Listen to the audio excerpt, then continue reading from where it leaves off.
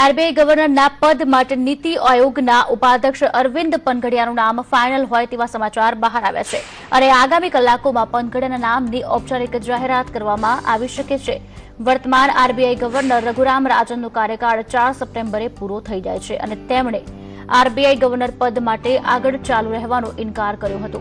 Report પ્રમાણે વડાપ્રધાન નરેન્દ્ર મોદી આફ્રિકાના દેશોમાંથી પ્રવાસ કરીને પરત ફર્યા બાદ નવા નામની જાહેરાત કરવામાં આવી શકે છે। જો કે પીએમ કાર્યાલયે આ વિષય પર કંઈ પણ કહેવાનું ટાળ્યું છે। જો કે કાર્યાલય તરફથી કહેવામાં આવ્યું છે કે 18 જુલાઈથી પહેલા ગવર્નરનું નામ જાહેર કરવાનું કહ્યું છે। પનઘડિયાની કાર્યાલય તરફથી કોઈ પણ રીતનું નિવેદન આપવામાં આવ્યું નથી। ઉલ્લેખનીય છે કે વર્લ્ડ બેંક, આઈએમએફ, WTO અને યુએનમાં કામ કરી ચૂકેલા પનઘડિયાને નરેન્દ્ર મોદીની આર્થિક નીતિઓના સમર્થક માનવામાં આવે છે। અરવિંદ પનઘડિયા કોલંબિયા યુનિવર્સિટીમાં પ્રોફેસર પણ રહેલા છે। પનઘડિયાને 5 જાન્યુઆરી 2015માં દેશના પહેલા નીતિ આયોગના ઉપાધ્યક્ષ બનાવવામાં આવ્યા હતા। પનઘડિયા એશિયન ડેવલપમેન્ટ બેંકના ચીફ ઇકોનોમિસ્ટ પણ રહી ચૂક્યા છે।